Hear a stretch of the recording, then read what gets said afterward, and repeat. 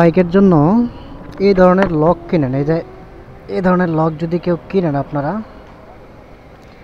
এটা রাখার জায়গা আমি এটা নিজে বানিয়ে নিয়েছি। এখানে এটা আসলে এটা রাখার জায়গা না, তো যে কোনোখানে আপনারা এরকমভাবে কিছু একটা বানিয়ে নিয়ে লকগুলো রাখতে পারেন। তো মূল কথা হচ্ছে, যদি আপনারা কেউ এই ধরনের লক কিনেন সেক্ষেত্রে আপনারা একটা বিষয় মাথায় রাখবেন, সেটা হচ্ছে যে আপনাদেরকে লকের সাথে যেন এই যে এটা দেয়, এই রাবারের দেখতে পাচ্ছেন, এটাকে লক রিমাইন্ডার বলে, লক রিমাইন্ডার। তো এটা যেন আপনাদেরকে দেয়, এটা আপনারা একটু ইনশিওর হবেন।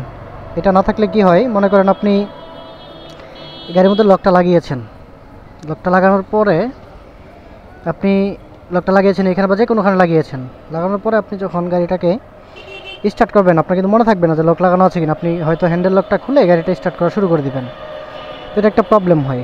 তো যদি আপনাদের কাছে এই লক রিমাইন্ডারটা দেয় তাহলে কি সুবিধা হবে, আপনারা এখানে এটা ঢুকিয়ে দিয়ে লকটা লাগিয়ে দিবেন।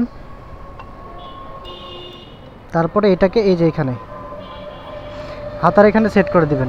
হাতার এখানে সেট করে দিলে দেখবেন আপনার এটা মনে থাকবে যে আপনি যখন স্টার্ট করতে যাবেন হ্যান্ডেল, এটা যখন লকটা খুলবেন তখন আপনার এখানে অবশ্যই এটা যেহেতু লাগানো আছে চোখ পড়বে সেখানে। তারপর আপনি কী করতে পারবেন, এটা লকটা খুলতে পারবেন।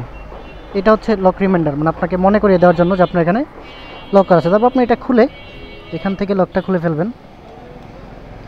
এই লকটা খুলে ফেললেন, এটা এইভাবে দিয়ে আপনার তালাটা যেখানে লাগানোর দরকার আপনি সেইখানে লাগিয়ে দিলেন, ব্যাস। এই হচ্ছে বিষয়।